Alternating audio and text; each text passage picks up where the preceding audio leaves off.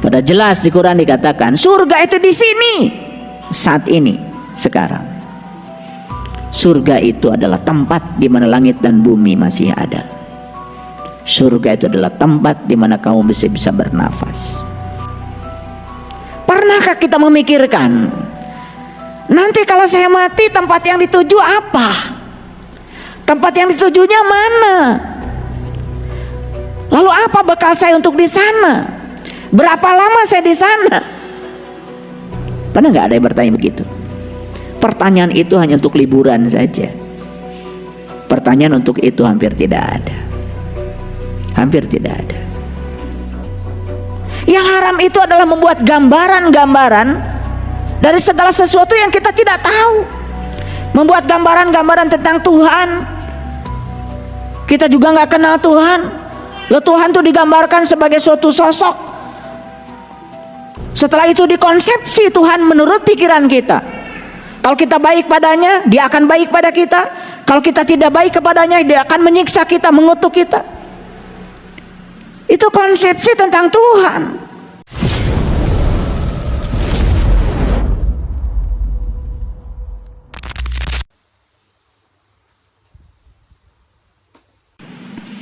Pada jelas di Quran dikatakan surga itu di sini, saat ini, sekarang.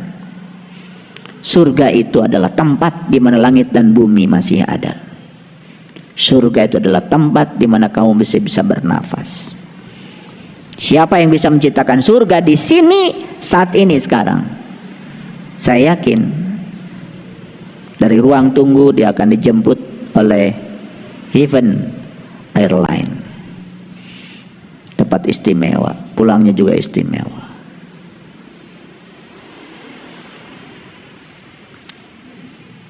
Pernahkah kita memikirkan, nanti kalau saya mati tempat yang dituju apa? Tempat yang ditujunya mana? Lalu apa bekal saya untuk di sana? Berapa lama saya di sana? Pernah nggak ada yang bertanya begitu? Pertanyaan itu hanya untuk liburan saja. Pertanyaan untuk itu hampir tidak ada. Hampir tidak ada. Makanya ada 3 pandangan manusia tentang kematian. Pandangan yang pertama, ada yang mengatakan, ya sudah, kalau sudah mati ya berakhir sampai di sini. Ada yang punya keyakinan seperti itu. Boleh? Ya boleh saja, nggak usah usil. Ada yang punya keyakinan bahwa setelah mati memasuki masa tunggu dan kemudian lahir kembali. Dan kesadaran terakhir saat dia mati akan menjadi kesadaran awal saat dia hidup. Ada. Karena dia memandang bahwa kehidupan ini adalah siklus. Boleh? Ya boleh saja, nggak ada yang larang kok. Yang penting setiap keyakinan apapun ada dasarnya, ada argumennya. Ini bukan soal benar salah, soal cocok atau tidak cocok. Saya tidak begitu suka menyebut benar salah, karena saya lebih suka menyebut cocok tidak cocok. Ya mungkin saja keyakinan pertama cocok untuk kita saat ini. Besok-besok kita mengalami dinamika, mungkin kita nggak cocok lagi dengan yang pertama. Besok-besok kok kita lari ke keyakinan yang kedua, nggak masalah, dinamika. Istiqomah dalam bahasa Islam itu bukan titik mati, bukan konsistensi. Istiqomah itu adalah dinamika. Dan banyak yang mengatakan istiqomah itu ya konsistensi. Yang konsisten itu robot.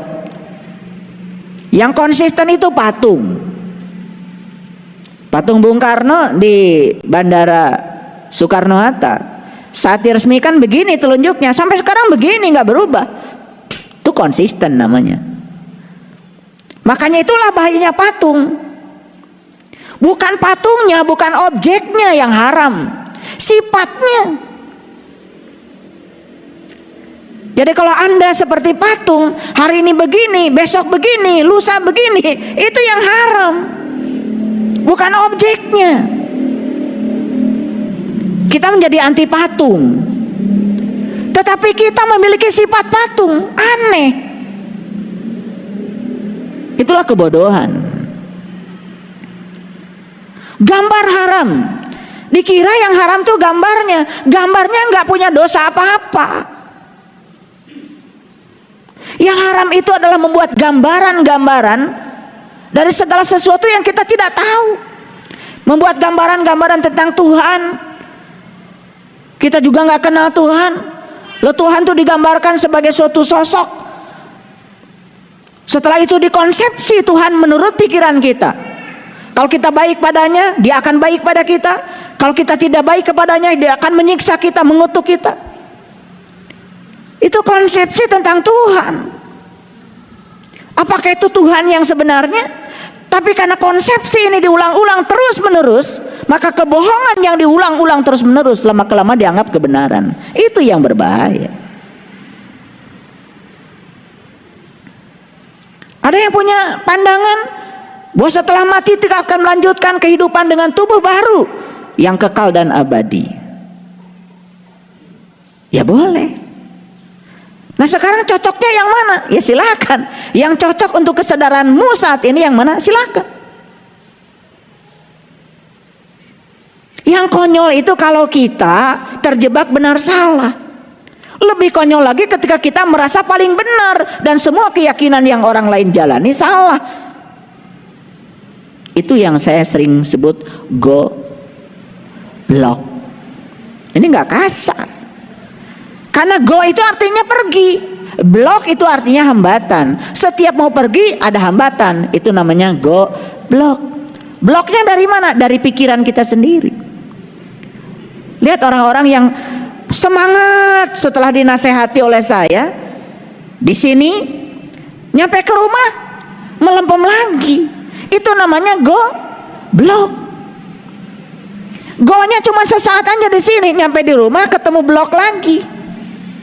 Wah, besok saya mau bisnis, semangat luar biasa. Begitu ada hambatan sedikit saja, ada tantangan sedikit saja, sudah langsung mundur. Itu goblok. Ini bahasa Inggris loh, bukan bahasa Sunda.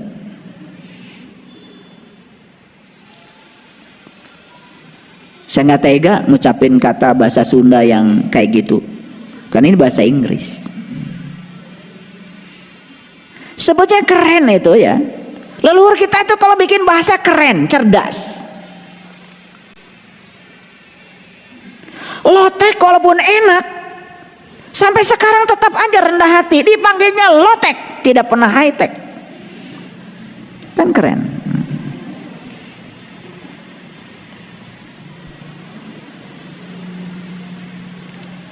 Kematian itu suatu kepastian.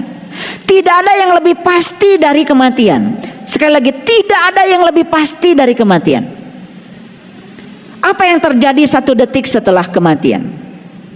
Yang jelas, yang pertama, nama kita langsung berganti.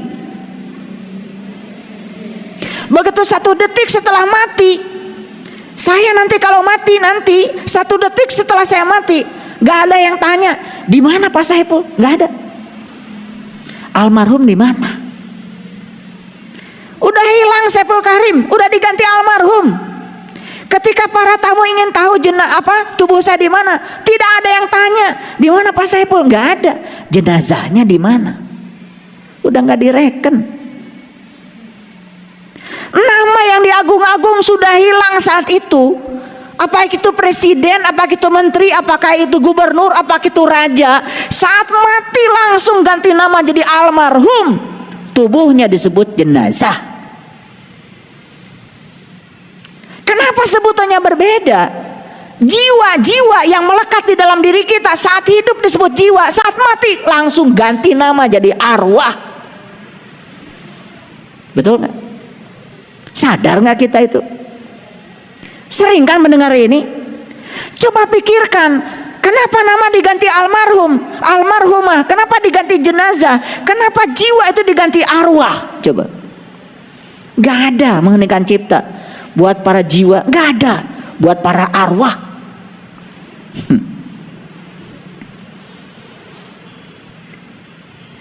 Kenapa saya menceritakan hal sederhana ini?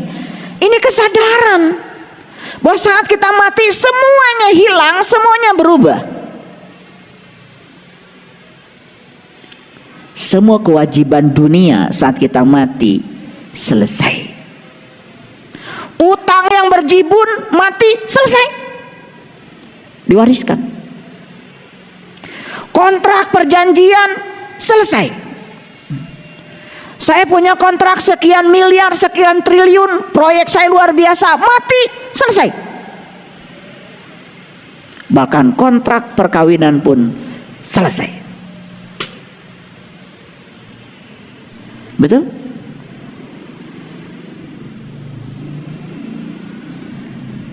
Ketika kita sakit menjelang kematian, rasa sakit yang mendera, penderitaan yang luar biasa, begitu mati selesai, dibebaskan. Jadi saya suka aneh saja, ketika seseorang sakit menderita luar biasa, kita tangisi sakitnya, kasihan dia sakit. Tapi begitu dikasih karunia kematian oleh Allah, dibebaskan dari sakitnya, masih ditangisi. Maunya apa? Saya mau nanya aja, maunya apa? Ketika sakit menderita, itu tumor, itu cancer, apapun, dia menderita kesakitan, ditangisi. Wajar kalau ditangisi. Dibebaskan dari rasa sakit dengan kematian, masih ditangisi. Maunya apa?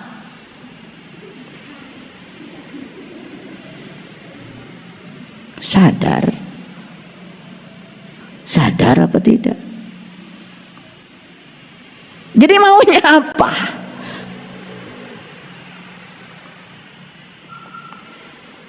Semua yang disebut milik hilang sesaat.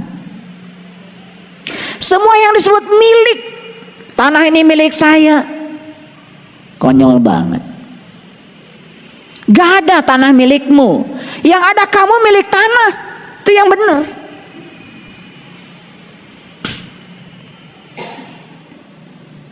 Kita sedang membebaskan tanah di Jelekong itu. Saya nggak mau ribut soal tanah. Mau dijual berapa? Bayar. Yang kita butuh. Walaupun kita sudah bayar itu tanah, bukan milik kita. Nggak bisa dipindahkan kok, nggak bisa dibawa kok. Betul nggak? Sudah dibayar tetap aja di Jelekong. Jangan mentang-mentang karena uang kita seakan-akan itu berpindah tangan menjadi milik kita. Nggak ada. Semua yang di dunia ini hanya hak guna pakai. Walaupun ada sertifikat hak milik, itu bohong, itu kertas. Kita beli sawah 1 hektar, berapa lama sih itu milikmu? Sebatas kamu bernapas, berhenti napas, pindah tangan pada yang lain. Mana yang namanya milikmu? Apakah kata hak milik berubah ketika mati? Tidak. Itu cuma main-main basa-basi duniawi, ya memang begitu. Makanya jangan terlalu bingung dengan kertas. Semuanya kertas kok. Yang lucu lagi, kita ini sering merasa kehilangan sesuatu yang jelas-jelas bukan milik kita. Itulah kadang-kadang kebohongan yang diulang-ulang dalam sholat kita. Inna sholati wa nusuki wa mahyaya wa mamati lillahi rabbil alamin la syarikalah wa bidzalika umirtu wa ana awwalul muslimin.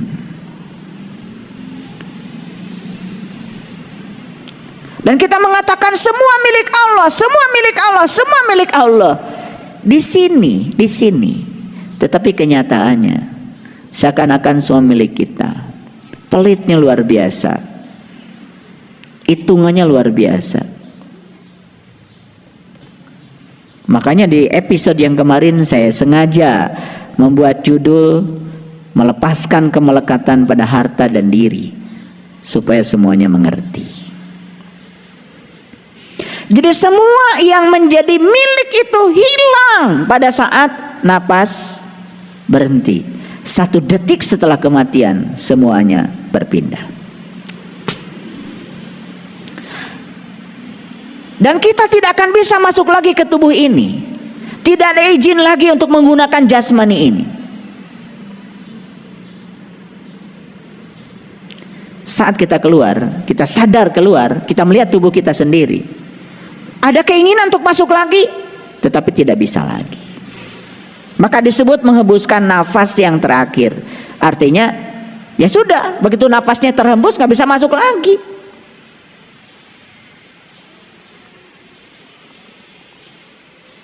Dan saat itu kita kehilangan kontrol terhadap diri kita. Tangan tidak bisa dikontrol oleh kita lagi, kaki nggak bisa dikontrol oleh kita lagi, tubuh ini tidak bisa dikontrol oleh kita lagi. Kita kehilangan kontrol sama sekali saat itu. Pertanyaan sekarang, tubuh kita sekarang masih bisa dikontrol oleh kita, digunakan apa? Mulutmu masih bisa dikontrol oleh kamu sekarang, digunakan untuk apa? Matamu masih bisa dikontrol olehmu saat ini, masih diberi kekuasaan untuk mengontrol semuanya, dipakai apa? Telingamu masih dikontrol, kita masih diberi kuasa untuk mengontrol semuanya. Pertanyaannya, kuasa yang Allah berikan kepada kita untuk mengontrol tubuh kita, dipakai apa? Apa ketika kalian pergi dari rumah ke sini tidak dalam kontrol? Kaki ini tidak bisa sampai di sini kalau tidak ada kontrol. Dan pada saatnya nanti semua kontrol itu akan diambil oleh Allah. Saat itu kalian kaget. Karena apa? Sesuatu terasa adanya kalau sudah hilang. HP ketika ada di tangan kita tidak terasa adanya, hilang beberapa jam atau jatuh di mana? Mulai tidak bisa menggunakan HP. Di situ kita mulai kehilangan sesuatu. Merasa kehilangan itu kalau sesuatunya tidak ada. Kontrol yang Allah berikan kepada kita saat ini, kita bisa mengontrol semuanya. Mau meditasi? Yes. Mau sholat? Yes. Mau tidur? Yes. Mau makan? Yes. Ini kontrol yang diberikan Allah ke tangan kita, sehingga kita bisa memilah-milah makanan. Ini duri nggak boleh, ini daging boleh, ini lemak nggak boleh. Kontrol ini luar biasa. Tetapi banyak orang yang tidak sadar kalau kontrol ini luar biasa. Karena apa? Saking tidak sadarnya dengan kehidupan ini, diberi kontrol oleh Allah yang luar biasa ini, terasa seakan-akan tidak ada. Apalagi orang yang selalu berfokus kepada hari esok, berfokus kepada masa lalu, dan lupa dengan hari ini, kehilangan the power of now saat ini. Apa yang terjadi? Kehilangan kesadaran. Satu detik setelah kita mati, tubuh kita hanya seonggok daging yang akan membusuk dimakan bakteri. Hanya seonggok daging yang akan menjadi santapan empuk bagi para bakteri itu. Betul? Satu detik setelah kematian, kita pun kehilangan hak yang namanya kebebasan. Kebebasan untuk memilih, kebebasan